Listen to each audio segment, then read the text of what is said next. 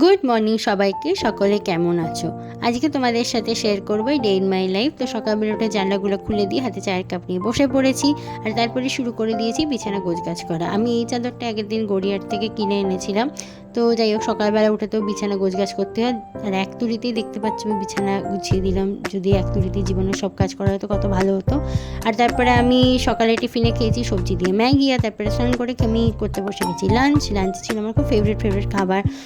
ডিম ভাজা, আলু পোস্ত, ভেন্ডি ভাজা, পটল ভাজা। আর আমি আমার ভাইয়ের সাথে আজকে লাঞ্চ করতে বসেছিলাম। আমার ভাইও কিন্তু ইউটিউবে একটা ওর চ্যানেল আছে, যদি তোমরা ভাইকে চিনে থাকো অবশ্যই কমেন্টে জানিও। আমার ভাইয়ের কিন্তু বেশ অনেক সাবস্ক্রাইবার আছে।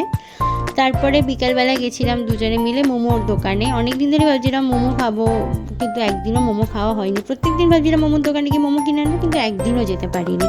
তো যাই হোক, দুই ভাই বোনে দিঘির পাড়ের এই রাস্তাটা দিয়ে হাঁটতে হাঁটতে মোমোর দোকানে যাচ্ছিলাম।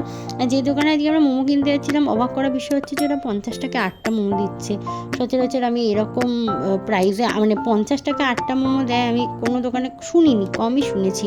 তো যাই হোক, আমাদের বাড়ি থেকে মোমোর দোকানটা বেশ একটু দূরেই ছিল। তো যাই হোক, অবশেষে দুজনে মোমোর দোকানে পৌঁছে গেছি। তো এখান থেকে আমরা নিয়েছিলাম 2 প্লেট চিকেন মোমো আর একটা চিকেন কাটলেট। তারপরে তো দুই ভাই মোমোর প্যাকেট নিয়ে বাড়িতে এসে প্লেটে মোমোগুলোকে সাজিয়ে নিয়ে বসে পড়েছি। তাহলে আমরা মোমো খাই, আর যদি তোমাদের ভিডিওটা ভালো লেগে থাকে অবশ্যই একটা লাইক করো।